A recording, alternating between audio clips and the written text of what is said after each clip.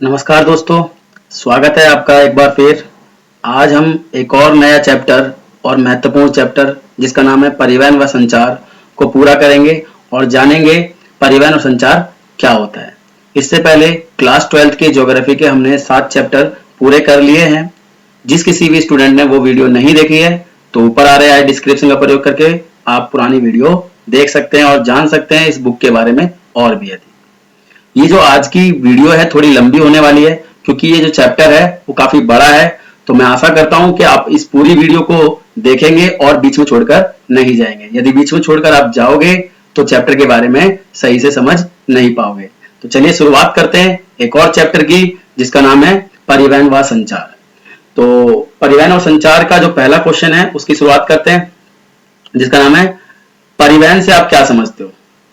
परिवहन से आप क्या समझते हो, या फिर क्वेश्चन इस प्रकार से भी आ सकता है कि परिवहन क्या होता है। तो किसी व्यक्ति को या किसी वस्तु को एक स्थान से दूसरे स्थान पर पहुंचाना, लेकर जाना ही परिवहन कहलाता है। और इस परिवहन वाले चैप्टर के बारे में हमने थोड़ा और जाना था चैप्टर नंबर 7 में सेवाओं वाले चैप्टर के अंदर, या फिर कहें तृतीय क्रियाकलापों के अंदर। जिस किसी स्टूडेंट ने तृतीय क्रियाकलापों वाला वीडियो नहीं देखा है तो ऊपर आ रहे आई डिस्क्रिप्शन का प्रयोग करके आप तृतीय क्रियाकलाप वाला चैप्टर भी देख सकते हैं। चलिए अगला क्वेश्चन जो है वो है परिवहन की विधाएं या परिवहन के प्रकार बताइए। क्वेश्चन कई बार आया है कि परिवहन के प्रकार बताइए, परिवहन के कितने प्रकार होते हैं। तो परिवहन के हम मुख्य तौर पर 4 प्रकारों की चर्चा करेंगे। जो पहला प्रकार है वो है स्थल परिवहन, फिर जल परिवहन, फिर वायु परिवहन और अंतिम है पाइपलाइन परिवहन। इन चैप्टर के बाद इस चैप्टर के अंदर हमें सिर्फ इन 4 चीजों के बारे में पढ़ना है और जानना है कि ये क्या होता है। तो स्थल परिवहन, जल परिवहन, वायु परिवहन और पाइपलाइन परिवहन, परिवहन के 4 प्रकार होते हैं, 4 विधाएं होती हैं जिनको हम पढ़ेंगे इस चैप्टर के अंदर। तो क्वेश्चन था परिवहन के प्रकार, तो परिवहन के 4 प्रकार ये थे, ठीक है। और स्थल परिवहन जो है उसको भी हम 2 भागों में बांट लेते हैं, सड़क परिवहन फिर रेल परिवहन। ऐसे ही जल परिवहन को भी अंतर्जल परिवहन और समुद्री जल परिवहन, वायु परिवहन को भी राष्ट्रीय परिवहन और अंतरराष्ट्रीय परिवहन, पाइपलाइन परिवहन को हम एक ही रूप में जानते हैं जिसको हम कहते हैं पाइपलाइन परिवहन। तो अगला जो क्वेश्चन है वो है स्थल परिवहन का इतिहास बताना है कि क्या इसका इतिहास रहा है। तो स्थल परिवहन क्या होता है कि स्थल का प्रयोग करके किया जाने वाला जो परिवहन है, या फिर सड़कों का प्रयोग करके किया जाने वाला, रेल का प्रयोग करके किया जाने वाला जो परिवहन है वो कहलाता है स्थल परिवहन। अब मैंने बताया कि ये जो है ना वर्षों तक, काफी लंबे समय तक जो है परिवहन के रूप में स्थल परिवहन में वो पशुओं का प्रयोग किया जाता रहा बच्चों। पशुओं को प्रयोग करके ही, जैसे घोड़ा हो गया, खच्चर हो गया, बैल हो गया, इनका प्रयोग किया जाता बोझा ढोने के लिए। लेकिन जैसे ही पहिए का आविष्कार हुआ तो जो स्थल परिवहन था उसमें क्रांति आ गई, क्योंकि पहिए के ऊपर किसी भी चीज को लाद करके काफी लंबे सब दूरी तक तय किया जा सकता था कम समय में और कम मेहनत में। तो इसीलिए परिवहन के क्षेत्र में पहिए आविष्कार ने क्रांति ला दी। 18वीं शताब्दी में जैसे ही भाप के इंजन का निर्माण हुआ तो स्थल परिवहन का और अधिक विकास हुआ। सबसे पहले जो भाप का इंजन चलाया गया बच्चों, वो चलाया गया था 1825 में। वो कहां से कहां तक? इंग्लैंड के स्टॉकटन से डर्लिंगटन तक चलाया गया था 1825 में। इसके बाद ये कई बार पूछ लिया जाता है कि बोझा ढोने वाले जो पशु होते हैं वो अलग अलग पशु होते हैं, अलग अलग क्षेत्रों के अंदर भौगोलिक विशेषता के आधार पर जो है जानवरों को चुना जाता है परिवहन के लिए। जैसे हम बात करें कुत्ते और रेंडियर्स, ये ठंडे प्रदेशों के अंदर, टुंड्रा प्रदेशों के अंदर जहां बर्फ गिरती है वहां पर जो है परिवहन का साधन के रूप में प्रयोग में लाए जाते हैं। इसी प्रकार खच्चर जो होता है वो पहाड़ी क्षेत्रों के अंदर परिवहन का बोझा ढोने के रूप में काम आता है। इसके बाद रेगिस्तानी वाले इलाकों के अंदर ऊंट का प्रयोग किया जाता है। मैदानी क्षेत्रों में बैल का प्रयोग किया जाता है, वो परिवहन के रूप में किया जाता है। तो ये था स्थल परिवहन का इतिहास या उसका विकास। अगला टॉपिक जो है वो है ये सड़क परिवहन जो है, या फिर सड़कों की विशेषता बताइए, या फिर सड़क परिवहन की विशेषता बताइए, किसी प्रकार से पूछ सकता है। तो मैं यहां पर बता दूं, छोटी दूरी के लिए अनुकूल होती है और द्वार से द्वार तक होती है। जो सड़क परिवहन होता है, छोटी दूरी तय करनी हो तो उसके बहुत विशेष मतलब काम आती है और द्वार से द्वार तक होती है। इसके बाद इसको दूरगामी मतलब जहां पर बहुत मुश्किल से पहुंचा जाता है, पहाड़ी इलाके और ऐसे रेगिस्तानी इलाकों के अंदर बेटा आसानी से बिछाया जा सकता है सड़कों को। इसके बाद इसका जो निर्माण होता है बच्चों बहुत सस्ता होता है, काफी कम पैसे में सड़क परिवहन का निर्माण किया जा सकता है। फिर सड़कों का जो रखरखाव होता है वो भी सस्ता होता है। रखरखाव का मतलब सड़कों को बनाए रखना ठीक ठाक। जैसे मान लीजिए ये सड़क है और इसके ऊपर एक छोटा सा गड्ढा हो गया, तो गड्ढा होने के लिए ये जरूरी नहीं कि जैसे रेल की पटरी है और रेल की पटरी में छोटा सा क्रैक आ गया तो पूरी रेल की पटरी को उखाड़ करके नई लगानी पड़ेगी, ये जरूरी नहीं है सड़क परिवहन में। इसमें क्या है, छोटे से गड्ढे के अंदर थोड़ा सा सीमेंट थोड़ी सी बजरी मिला करके इसको भर दिया और ये सड़क दोबारा ठीक हो गई। यानी इसका रखरखाव बहुत सस्ता होता है, देश के विकास में महत्वपूर्ण होती है। और पूरे विश्व के अंदर अगर हम बात करें मोटर वाहन चलने योग्य जो सड़कें हैं वो पूरे विश्व के अंदर बेटा 1.5 लाख या फिर कहें 150 लाख किलोमीटर है। 150 लाख किलोमीटर है ये पूरी दुनिया के अंदर सड़कों की लंबाई है। तो ये थी सड़कों की विशेषता। आगे चलते हैं। अब पूछ रहा है महामार्ग क्या होते हैं और इनकी विशेषता बताइए। तो महामार्ग बेटा किसी भी देश के दूरस्थ स्थानों को, दूर के स्थानों को जोड़ने वाली जो सड़कें होती हैं बच्चों वो कहलाती हैं महामार्ग। और इनकी जो रखरखाव होता है बेटा जिम्मेदारी केंद्र सरकार की होती है। और इनकी विशेषता बतानी है आपको कि इनकी विशेषता क्या होती है। पहली बात तो बेटा यातायात प्रवाह के लिए यानी बिना ट्रैफिक जाम के चलाने के लिए बेटा इसके ऊपर लेन बनाई जाती हैं, पुल बनाए जाते हैं और फ्लाईओवर्स का निर्माण किया जाता है। अब लेन क्या होती है, लेन बेटा आपने देखा होगा इस तरीके से एक सड़कें होती है, एक सड़कों के ऊपर छोटी छोटी पट्टियां खींच दी जाती हैं जिससे क्या होता है एक लाइन में ट्रक चलेंगे, एक लाइन में कार चलेंगी और एक लाइन में स्कूटर चलेंगे। तो इससे क्या होता है जाम नहीं लगता है।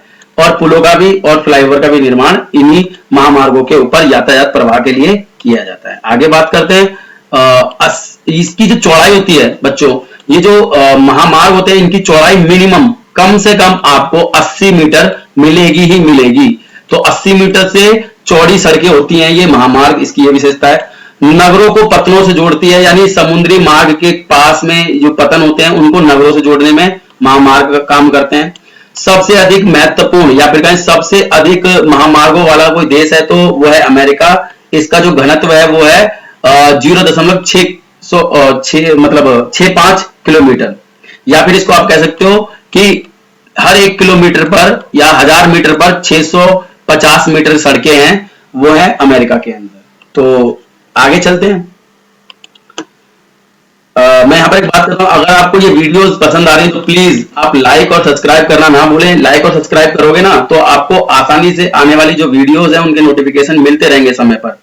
तो समय पर नोटिफिकेशन के लिए आप लाइक, सब्सक्राइब और बेल आइकन जरूर दबा दें, आपको आसानी रहेगी नई वीडियो को प्राप्त करने में। फिर इसके बाद अगला जो क्वेश्चन मैं बात कर रहा था वो था विश्व के महत्वपूर्ण महामार्गों की बात करनी है या फिर कहें जो महामार्ग हैं पूरी दुनिया के अंदर उनका नाम बताना है जो महत्वपूर्ण है, जिनसे ज्यादा व्यापार किया जाता है। तो बच्चों पहला है ट्रांस कनेडियन महामार्ग। ट्रांस कनेडियन, ट्रांस मतलब होता है पार, यानी एक कनाडा एक देश है उत्तरी अमेरिका महाद्वीप का उत्तर में, तो उसको पार करने वाला एक महाद्वीप है उसका नाम है महामार्ग है उसका नाम है ट्रांस कनेडियन महामार्ग। ये पश्चिमी तट पर स्थित कोलंबिया प्रांत को वैंकूवर को न्यू फॉकलैंड प्रांत के सेंट जॉन नगर से जोड़ता है। ठीक है, आपको ये नाम याद रखने पड़ेंगे। क्या है कि ट्रांस कनेडियन महामार्ग क्या है, ये पश्चिमी तट पर स्थित कोलंबिया प्रांत के उत्तरी जो अमेरिका महाद्वीप है उसके अंदर एक देश है कनाडा, उसके अंदर एक राज्य जिसका नाम है कोलंबिया। कोलंबिया के अंदर जो है एक जगह है जिसका नाम है वैंकूवर को ये न्यू फाउंडलैंड से जोड़ता है बच्चों, और उससे आगे बढ़ते हुए ये सेंट जॉन नगर तक जाता है। आप इन सारे इलाकों के बारे में जरूर याद रखें, लिख करके याद करें, जल्दी याद हो जाएगा।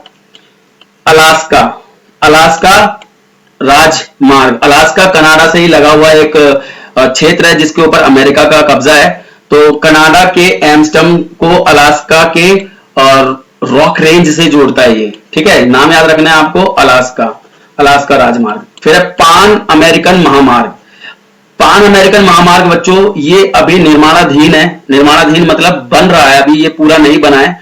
इसके द्वारा दक्षिण अमेरिका के मध्य अमेरिका और संयुक्त राज्य अमेरिका तथा कनाडा को आपस में जोड़ना है। यानी अमेरिका के दक्षिणी भाग को, मध्य अमेरिका को और संयुक्त राज्य अमेरिका को कनाडा से आपस में जोड़ने के लिए पान अमेरिकन महामार्ग का निर्माण किया जा रहा है। इसके प्रकार एक और महाद्वीप महत्वपूर्ण महामार्ग है पूरी दुनिया के अंदर, वो है राष्ट्रीय महामार्ग NH नंबर 7। ये भारत का है, आपको इसके बारे में पता ही होगा। ये वाराणसी से कन्याकुमारी है उसको जोड़ता है। ठीक है, ये थे विश्व के महत्वपूर्ण महामार्ग।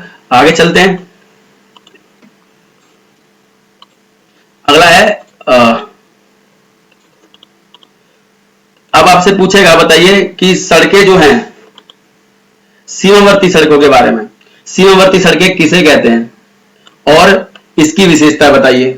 तो मैं आपको बता दूं, सीमावर्ती सड़कें कौन सी होती है? जो अंतरराष्ट्रीय सीमाओं के किनारे या फिर कहीं ऐसा देश जिसकी सीमाएं किसी देश के साथ जहां लगती है वहां पर बनाई जाने वाली जो सड़कें होती हैं वो कहलाती हैं बच्चों सीमावर्ती सड़कें। और युद्ध की स्थिति में सैनिकों को ले जाने के लिए और जो गांव सीमा के किनारे बसे हुए हैं उन तक यातायात की सुविधा पहुंचाने के लिए इन सड़कों का निर्माण किया जाता है। तो ये है सीमावर्ती सड़कें और उनकी विशेषता।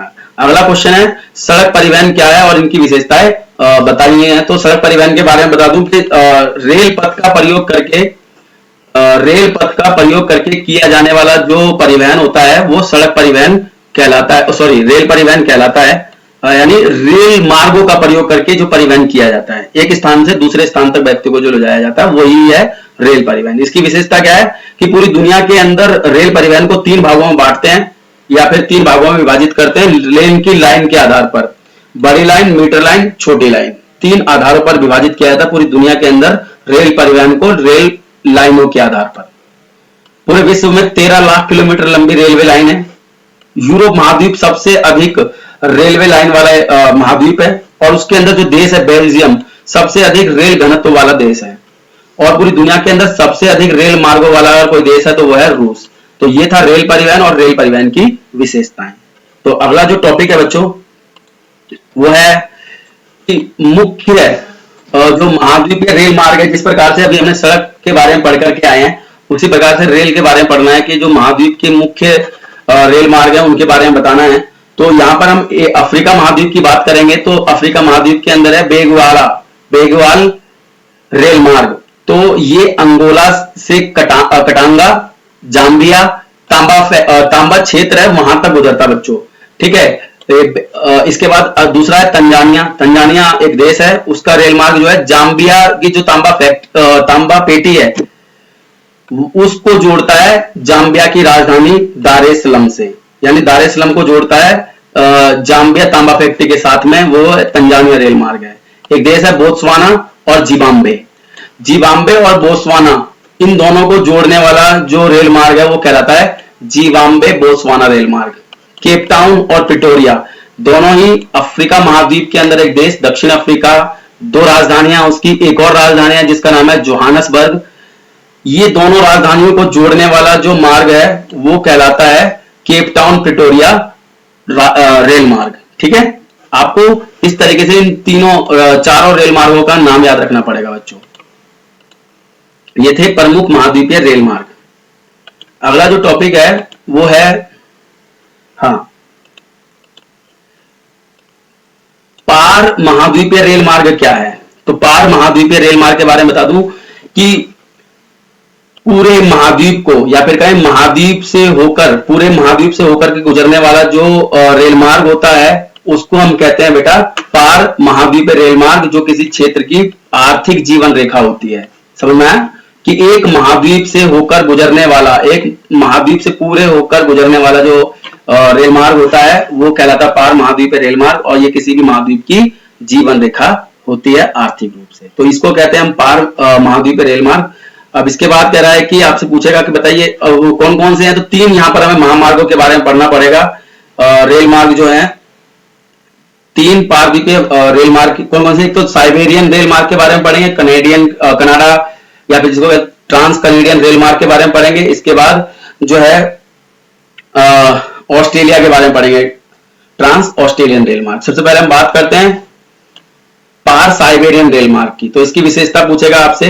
तो पार साइबेरियन रेल मार्ग बेटा, ये सबसे पहली विशेषता क्या है, ये रूस के अंदर स्थित है। ये रूस के अंदर व्लादिवोस्तोक से मॉस्को तक फैला हुआ है। मतलब मॉस्को, ये व्लादिवोस्तोक जो है उसके रूस के पूर्व में स्थित एक जो है स्टेशन है, और अंतिम रेलवे स्टेशन जो इसका पश्चिम में मौजूद है जिसका नाम है मॉस्को। ठीक है, मॉस्को तक ये विकसित फैला हुआ है। मॉस्को रूस की राजधानी। दूसरी विशेषता, इसकी लंबाई 9322 किलोमीटर है। यह मार्ग विद्युतीकृत है, मतलब पूरा का पूरा जो रेल मार्ग है बेटा वो विद्युतीकृत है, कोयले से नहीं चलता है, ये बिजली से चलता है। यह मार्ग एशियाई जो राज्य हैं, देखो ये यूरोप है बच्चों, सॉरी जो रूस है बेटा वो 2 महाद्वीपों में विस्तृत एक देश है। उसका जो पश्चिमी या पूर्वी भाग जो है वो एशिया में आता है, और उसका जो पश्चिमी भाग है वो यूरोप में आता है। तो ये एशिया के यानी रूस के एशिया वाले इलाके को रूस के यूरोप वाले इलाकों से जोड़ने में महत्वपूर्ण भूमिका निभाता है। इसके बाद यह रेल मार्ग यूराल पर्वतों और येंसी नदी से होकर के गुजरता है। तो मैं बता दूं, मैंने जो बताया कि ये जो रेल मार्ग है बच्चों वो 2 महाद्वीपों के अंदर है, और दोनों महाद्वीपों को जो अलग करती है एक रेखा, उसका नाम है यूराल पर्वतमाला। तो ये जो रेल मार्ग है बच्चों पार साइबेरियन, वो यूराल पर्वतमाला से और येनिसी नदी है उससे होकर के गुजरता है। ये इसकी विशेषता बच्चों। अगला टॉपिक है पार कनेडियन रेल मार्ग की विशेषता बताइए। तो यह कनाडा में स्थित है, और ये हैलिफैक्स से वैंकूवर तक है। हैलिफैक्स और वैंकूवर 2 रेलवे स्टेशन इसके शुरुआती और अंतिम। ठीक है, इसकी कुल लंबाई बच्चों 7050 किलोमीटर है। इसका निर्माण 1886 में किया गया था। इसके द्वारा गेहूं और बहुत सारी चीजें जो हैं गेहूं आदियों का एक स्थान से दूसरे स्थान पर भेजने के लिए किया जाता है। फिर यह जो लाइन है वो कनाडा की आर्थिक धमनी है। आर्थिक धमनी मतलब आर्थिक विकास करने में महत्वपूर्ण भूमिका निभाती है कनाडा की। तो ये है बेटा पार कनेडियन रेल मार्ग की विशेषताएं। ठीक है, अगला जो टॉपिक है बच्चों वो है पार ऑस्ट्रेलियन रेल मार्ग की विशेषताएं। इसकी कुछ ज्यादा खास विशेषताएं नहीं है, बाकी फिर भी ये जो है कलबुर्गी को सिडनी तक, सिडनी से कलबुर्गी आप इसको पढ़ सकते हैं। इसके बाद ये ऑस्ट्रेलिया के आर्थिक विकास में इसका महत्वपूर्ण योगदान है। तो इस तरीके से हम ऑस्ट्रेलियन जो रेल मार्ग है इसको हम पार ऑस्ट्रेलियन रेल मार्ग कहते हैं, महाद्वीप से पूरा गुजरता है। तो इसके बारे में बता देना। इसके बाद अगला जो टॉपिक है वो है ओरिएंटल एक्सप्रेस रेल लाइन की विशेषताएं। तो एक और एक्सप्रेस रेल लाइन है, उसकी विशेषता बतानी है बच्चों। तो ये लाइन जो है बेटा फ्रांस के पेरिस से तुर्की के इस्तांबुल, तो फ्रांस की राजधानी पेरिस से होता हुआ तुर्की की राजधानी इस्तांबुल तक फैला हुआ है। यह लाइन जो है लंदन से इस्तांबुल तक जाने वाला, जो लंदन से इस्तांबुल तक जो जाते थे पहले उसमें 96 मतलब 10 दिन लगते थे, लेकिन इस लाइन के बनने के बाद इस 10 दिन के समय को 96 घंटे तक ला दिया गया है। यह है ओरिएंटल एक्सप्रेसवे। इसके बाद इसके द्वारा बैंकॉक, मॉस, जाई, शराब, फल को एक स्थान से दूसरे स्थान पर भेजा जाता है। बैंकॉक कुछ नहीं, यहां पर ध्यान रखना। ठीक है, इसके द्वारा मॉस, जाई, शराब, फल को एक स्थान से दूसरे स्थान पर ले जाया जाता है। ये था ओरिएंटल एक्सप्रेस रेल लाइन की विशेषताएं। तो अगला टॉपिक है जल परिवहन क्या है तथा प्रमुख समुद्री मार्गों के बारे में बताना बच्चों। तो वही जल के माध्यम से एक स्थान से दूसरे स्थान पर किसी व्यक्ति को या वस्तु को ले जाना जल परिवहन। ठीक है, इसमें पानी के जहाजों का प्रयोग किया जाता है बच्चों। ठीक है, आगे हम बात करें तो प्रमुख जो जल परिवहन है उनकी बात कर लेते हैं। तो सबसे पहले हम बात करेंगे वो है उत्तरी अटलांटिक समुद्री मार्ग। उत्तरी अटलांटिक समुद्री मार्ग, तो यह जो है बेटा उत्तर पूर्व संयुक्त राज्य अमेरिका को पश्चिम में यूरोप से जोड़ता है। एस आकार का जो अटलांटिक महाद्वीप है उसके इधर जो कनाडा वाला इलाका है, और उसके इधर कनाडा और अमेरिका वाला जो इलाका बच्चों इधर यूरोप है पूरा, उसको जोड़ने वाला इलाका है। ये जो मार्ग है वो है उत्तरी अटलांटिक समुद्री मार्ग। इसके बाद ये कह रहा है कि दुनिया का सबसे व्यस्त जो है रेल मार्ग समुद्री मार्ग है। इसके द्वारा पूरे विश्व का 25% विदेशी व्यापार किया जाता है। इसका एक और नाम है जिसको हम कहते हैं बृहद टैंक मार्ग, बृहद ट्रंक मार्ग, इसके नाम से भी इसे जानते हैं। ठीक है बच्चों, आगे चलते हैं। इसके बाद हम बात करें तो एक और भूमध्य हिंद महासागरीय समुद्री मार्ग। तो भूमध्य यानी इधर से इधर भूमध्य सागर और इधर हिंद महासागर, आपको पता ही है, इसको जोड़ने वाला जो है वो वाला जो इलाका है, इस रास्ता है समुद्र का, उसको इस नाम से पुकारा जाता है। इसकी विशेषता बतानी है आपको। ये पोर्ट शहीद को मुंबई, कोलंबो जैसे पत्तनों को आपस में जोड़ने में महत्वपूर्ण भूमिका निभाता है। पश्चिमी यूरोप और अफ्रीका तक एशिया की पहुंच मजबूत कराता है। इसके द्वारा सोने, हीरा और तांबे का व्यापार किया जाता है। ठीक है बच्चों, आगे हम बात करते हैं अगले टॉपिक। अगला जो महत्वपूर्ण समुद्री मार्ग है वो है उत्तर मासा अंतरिम समुद्री मार्ग। उत्तर मासा अंतरिम समुद्री मार्ग की विशेषता क्या है उनके पढ़ लेते हैं। यह पश्चिमी यूरोप को और पश्चिमी अफ्रीका को दक्षिण अमेरिका के ब्राजील, अर्जेंटीना, उरुग्वे से मिलाता है। देखिए आप ये देखिए, दक्षिण ये अमेरिका है और इधर एशिया है, आपने देखा होगा, सॉरी अफ्रीका महाद्वीप और दक्षिणी अमेरिका महाद्वीप, ये नीचे इनको मिलाने वाला जो मार्ग है बेटा, उसको कहते हैं उत्तर मासा अंतरिम समुद्री मार्ग। ठीक है, अब क्या है कि ये जो नीचे वाले इलाके हैं वहां पर जनसंख्या कम है और जिसके कारण से क्या है कि इसकी जो महत्वपूर्णता कम होती जा रही है। फिर ये बहुत महत्वपूर्ण जलमार्ग है, फिर भी महत्वपूर्ण तो है ही, क्योंकि दो क्षेत्रों को, दो बड़े या फिर दूसरा सबसे बड़ा जो महाद्वीप है उसको जो है दक्षिण अफ्रीका महाद्वीप से जोड़ने वाला है, तो महत्वपूर्ण तो हो ही जाता है। आगे हम बात करते हैं। फिर अगला टॉपिक जो है वो है मतलब समुद्री मार्ग, वो है दक्षिणी प्रांत समुद्री मार्ग। अब दक्षिणी प्रांत समुद्री मार्ग क्या है, इसकी विशेषता देख लेते हैं। यह समुद्री मार्ग पश्चिमी यूरोप को उत्तरी अमेरिका, ऑस्ट्रेलिया, नीदरलैंड और पनामा से जोड़ता हुआ है। पश्चिम महासागर में मतलब प्रशांत महासागर के द्वीपों से मिलाता है। अब पश्चिमी यूरोप की बात कर रहा है, ठीक है, तो पश्चिमी यूरोप को उत्तरी अमेरिका महाद्वीप से, ऑस्ट्रेलिया से, न्यूजीलैंड से मिलाने में और पनामा नहर से जोड़ता हुआ प्रशांत महासागर के द्वीपों से मिलाता है ये पश्चिमी प्रशांत समुद्री मार्ग। फिर है हांगकांग को फिलीपींस, इंडोनेशिया तक पहुंच के लिए ये दक्षिणी प्रशांत महासागरों का ही प्रयोग किया जाता है। इसके बाद पनामा जो है, पनामा से सिडनी तक की जो कुल दूरी है, ये जो दक्षिण प्रशांत महासागर के अंदर ही है, पनामा से सिडनी, पनामा दक्षिण अमेरिका महाद्वीप के अंदर ही है। पनामा से और सिडनी की कुल दूरी वो है 1200 किलोमीटर की है बच्चों। आगे हम 12,000 किलोमीटर की। इसके बीच पड़ने वाला जो महत्वपूर्ण पतन है वो है होनोलुलु। इसके बारे में याद रखना है आपको, ये है दक्षिण प्रशांत समुद्री मार्ग की विशेषताएं। अगला जो वो है टॉपिक वो है नौ परिवहन क्या है तथा नौ परिवहन की नहरों की विशेषता बात करनी है हमें। तो नौ परिवहन क्या है कि तटीय नौ परिवहन विशाल तटीय रेखा वाले क्षेत्रों के अंदर काम में आता है। मैं आपको यहाँ बता दूं नौ परिवहन क्या होता है। ऐसे देश जिनके पास विशाल समुद्री जो है परिवहन मार्ग है, उन क्षेत्रों के अंदर परिवहन का एक साधन होता है, वो जो होता है वो होता है तटीय नौ परिवहन। ठीक है, तो यानी तटीय नौ परिवहन विशाल तटीय रेखा वाले देशों को अन्य समुद्री मार्गों से जोड़ने वाला जो क्षेत्र परिवहन का साधन होता है उसे नौ परिवहन कहते हैं। जैसे मैं बोलूं भारत का है, भारत का जो मान लीजिए गोवा है, मर्म गोवा यहां से जोड़ता है, इसको अगर जोड़े ऑस्ट्रेलिया के किसी मतलब तट के करीब जो पतन है उसको, तो ये कहलाएगा तटीय नौ परिवहन। ठीक है, आगे हम बात करें इसकी विशेष, अब दो हैं तटीय नौ परिवहन जो पूरी दुनिया के अंदर मशहूर है, उनके बारे में पढ़ना है। एक तो है सुएज नहर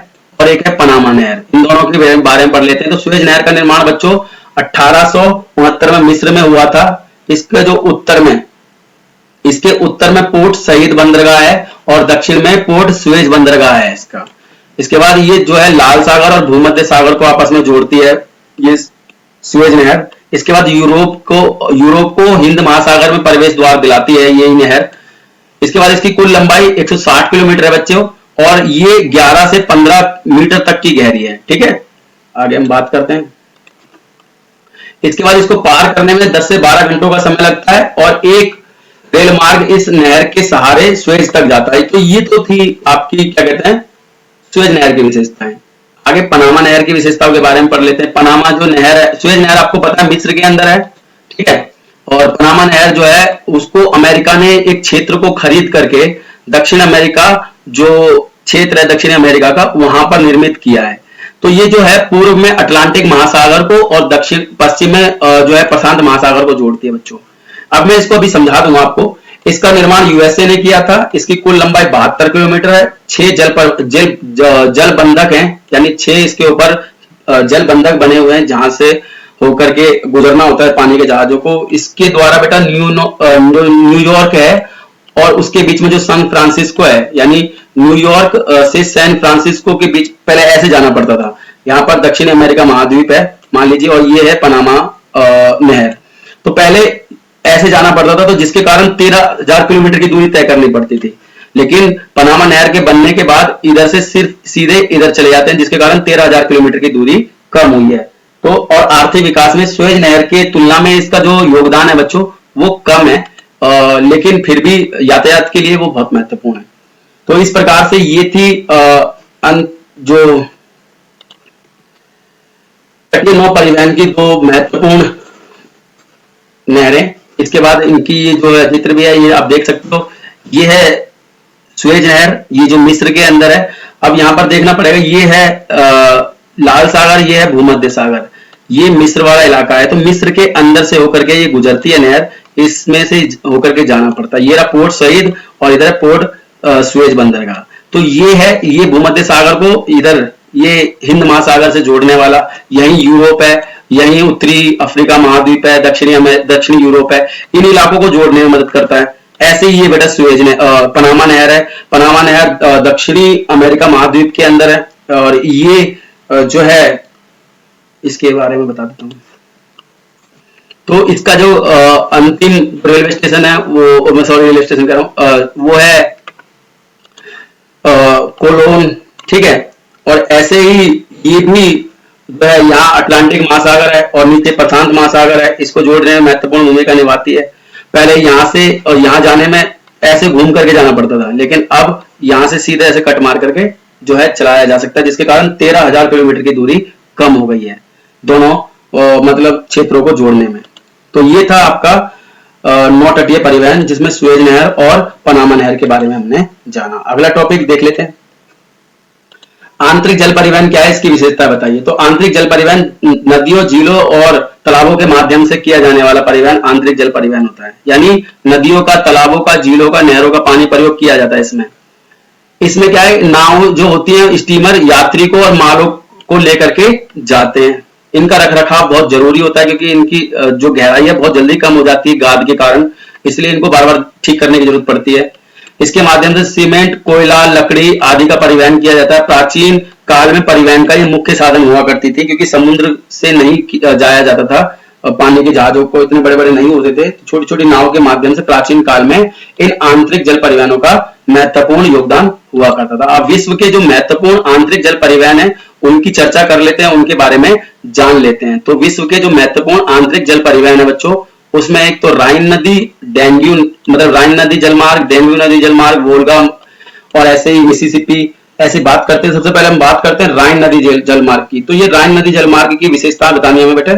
तो वो है, ये जर्मनी और नीदरलैंड से होकर के गुजरता है, यानी जर्मनी के और नीदरलैंड तक, ये जर्मनी और नीदरलैंड से होता हुआ गुजरता है। और ये नीदरलैंड के अंदर एक जगह है रोटरडम से बेसल स्विट्जरलैंड के बीच में 700 किलोमीटर लंबा जलमार्ग है बेटा, ठीक है। इसके बाद ये कोयला, इसका जो है, इसके द्वारा कोयले का व्यापार किया जाता है बहुत अधिक, इसीलिए इस जलमार्ग को हम काली नदी या फिर काली नदी भी कहते हैं, काली नदी जलमार्ग भी कह लेते हैं कई बार।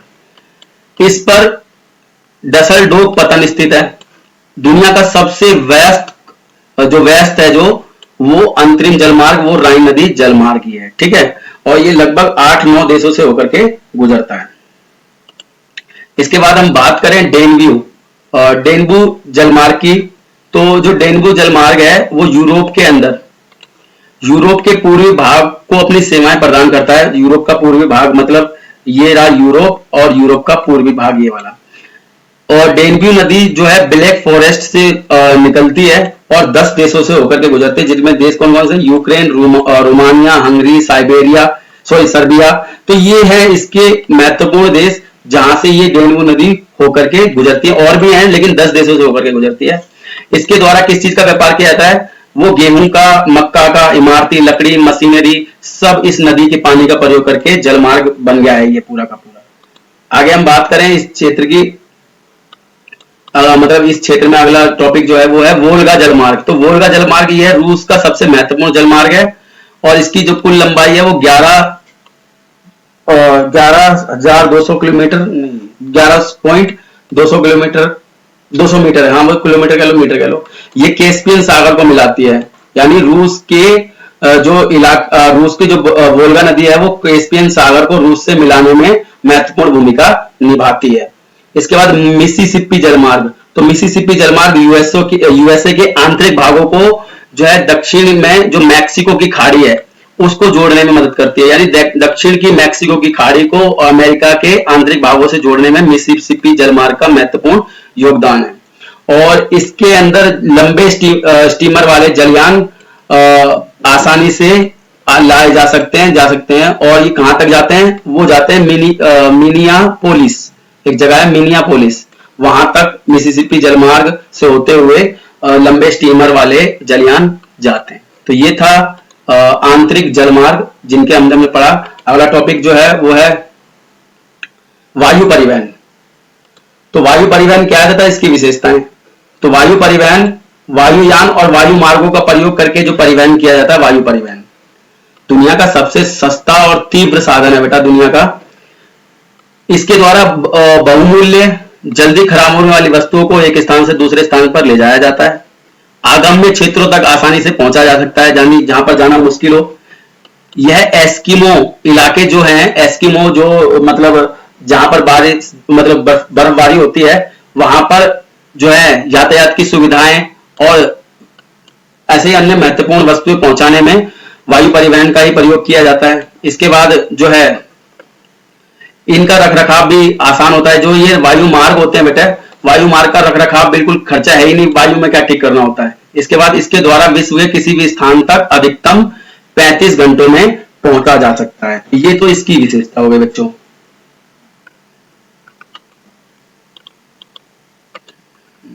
हाँ, फिर है अंतर महाद्वीपीय वायु मार्ग क्या है, इनकी विशेषता बताइए।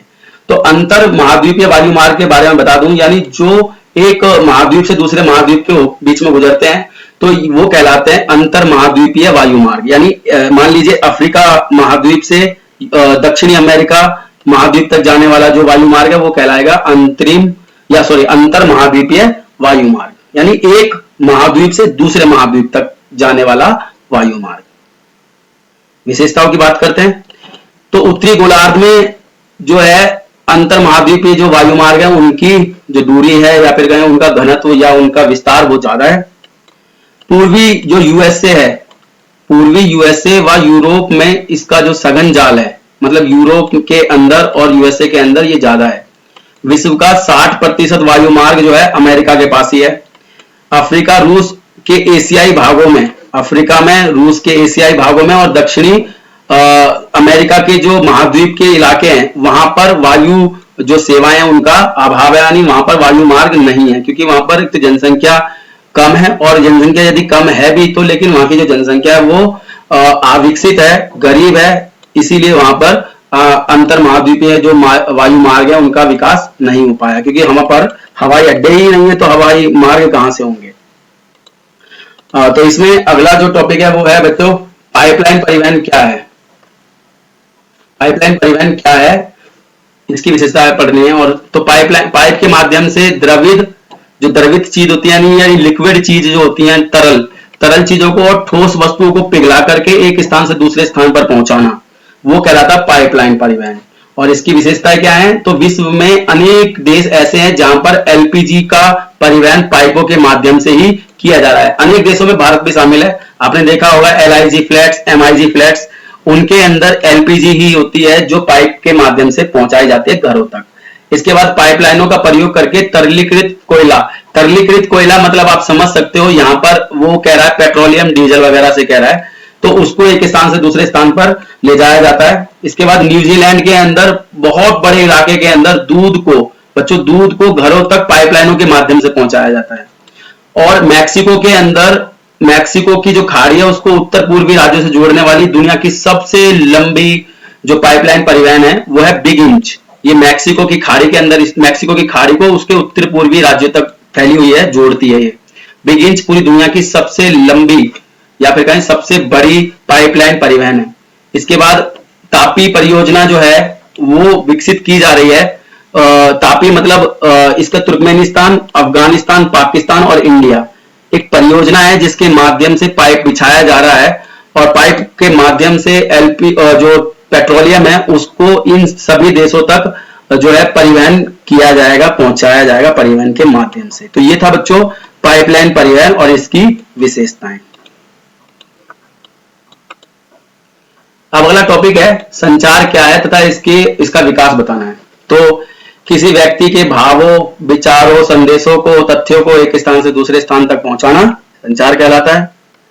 पहले संचार पशु पक्षियों के माध्यम से किया जाता था, परंतु इसमें मतलब किया जाता था और इसमें जो है बेटा परिवहन का बहुत महत्वपूर्ण योगदान हुआ करता था। ठीक है, यानी मान लो पहले पशु पक्षी सुने होंगे आपने कि घोड़े के ऊपर बैठ करके कबूतर का प्रयोग किया जाता था और ऐसे चील का प्रयोग, मूवी में भी देखा होगा आपने, चील के पैरों में कुछ चीज बांध देते हैं, एक संदेश वो दूसरे स्थान पर पहुंच जाता है। ठीक है, फिर इसमें टेलीग्राफ का प्रयोग अमेरिका में संचार का साधन बना, टेलीग्राफ आया। उसके बाद विकासशील देशों में उपग्रह द्वारा संभव बनाए गए सेल फोन का प्रयोग ग्रामीण संपर्कों के लिए किया जाने लगा। जो विकासशील देश है वहां पर फिर उपग्रह आए, उपग्रह को छोड़ा गया, फिर उपग्रह के माध्यम से सेल फोन आए और सेल फोन के माध्यम से पूरे ग्रामीण इलाकों को भी जो है संचार के क्षेत्रों में संचार के माध्यम से एक दूसरे राज्यों तक, शहरों तक आपस में जोड़ दिया गया। इसके बाद 1990 में सूचना के लिए दूरसंचार का धीरे धीरे कंप्यूटर के साथ में विलय कर दिया गया। यानी पहले जो दूरसंचार के लिए हम जो है दूरदर्शन का प्रयोग करते थे या फिर कहें उसका रेडियो का प्रयोग करते थे, उसके साथ में कंप्यूटर के साथ उसको जोड़ दिया गया दूरसंचार को, सूचनाओं को, और सूचनाओं के लिए कंप्यूटर सबसे महत्वपूर्ण चीज बन गया 1990 में। ठीक है, अब सूचना के आधार जो बना वो कंप्यूटर ही हो गया। अगला टॉपिक देख लेते हैं। अगला टॉपिक है उपग्रह संचार क्या है, भारत में उपग्रह का विकास। तो आज विश्व के 100 से अधिक देशों में 100 करोड़ से अधिक उपयोगकर्ता हैं, वो है इंटरनेट के या फिर कहें मोबाइल फोन के जो इंटरनेट से चलते हैं। तो वो इंटरनेट कहां से चलता है, तो इंटरनेट को चलाने के लिए एक साधन होता है और वो साधन एक साधन है इंटरनेट, वो साधन उपलब्ध कराता है उपग्रह। तो वो उपग्रह के माध्यम से 100 से अधिक देशों में 100 करोड़ यूजर्स हैं इसके। ठीक है, इसकी शुरुआत जो हुई बेटा 1970 में हुई। यूएसए और सोवियत संघ ने अंतरिक्ष विज्ञान हेतु इसकी शुरुआत की थी। अंतरिक्ष में सैटेलाइट भेजना, अंतरिक्ष में रॉकेट भेजना, मिसाइल भेजना, ठीक है, या अंतरिक्ष में अपने इंसानों को भेजना, उसके लिए शुरुआत की थी उपग्रह की उन्होंने, और जो बाद में धीरे धीरे संचार के क्षेत्रों में भी प्रयोग किया जाने लगा। इसके द्वारा विश्व की दूरियां खत्म हो गई। मतलब दूरियां खत्म होने का मतलब मोबाइल के माध्यम से अब मैं सेकंडों में, एक जादू है, आप सोचो इस जादू, बिल्कुल सेकंडों में मैं फोन मिलाता हूं अमेरिका के अंदर बैठे किसी व्यक्ति से या मित्र से, अपने बात कर लेता हूं मात्र कुछ सेकंडों के अंदर। तो इससे कह रहा है विश्व की दूरियां खत्म हो गई संचार उपग्रह के आने से, और 1500 किलोमीटर की दूरी तक जो संचार में खर्चा आता है उसी खर्चे के अंदर मैं 5000 किलोमीटर की दूरी मतलब दूरी तय कर लेता हूं उपग्रह संचार के माध्यम से। यानी अगर मुझे टिकट लेकर के 1500 किलोमीटर जाना पड़े, जितना मेरा खर्चा आएगा उसी खर्चे में मैं 5000 किलोमीटर जा सकता हूं संचार उपग्रह के माध्यम से बात पहुंचाने के लिए। ठीक है, अगला जो टॉपिक है वो है मतलब वो भारत में विकास बताना बच्चों। तो भारत में जो विकास हुआ है वो ये भारत ने आर्यभट्ट छोड़ा 19 अप्रैल 1989 के अंदर, भास्कर फर्स्ट और रोहिणी को छोड़ा 1789 और 1989 और 1980 में। इसके बाद एप्पल को छोड़ा, एशियन पैसेंजर पे लोड एक्सपेरिमेंट किया एप्पल, वो 18 जून 1981 में। भास्कर, चैलेंजर और इनसेंट अत्यधिक प्रभावशाली ये जो उपग्रह छोड़े गए जिसके द्वारा सूचना और जो लंबी दूरी के जो संचार है उसको प्रभावी बना दिया इन चीजों ने। तो इस प्रकार से ये कदम रहे भारत के, और इसके अलावा ये तो बहुत इसके बाद अब तो भारत बहुत आगे पहुंच चुका है। भारत ने खुद के जो है जीपीएस सिस्टम, खुद के जो है PSLV, polar satellite launch vehicle वगैरह विकसित कर लिया है। तो ये इस तरीके से तो इस चैप्टर में इतना ही। ये चैप्टर पूरा हो चुका है। मैंने कहा था थोड़ा वीडियो बड़ा हो जाएगा, आई थिंक वीडियो बड़ा हो गया है, लेकिन एक वीडियो में पूरा का पूरा मैंने चैप्टर खत्म कर दिया है। आशा करता हूं आपको ये वीडियो पसंद आई होगी। पसंद आई तो जरूर लाइक कीजिए और सब्सक्राइब जरूर करना। अब हम मिलते हैं नए चैप्टर में नई वीडियो के साथ। तब तक के लिए आपका बहुत बहुत धन्यवाद। आपने वीडियो देखी, आपका दिन शुभ हो।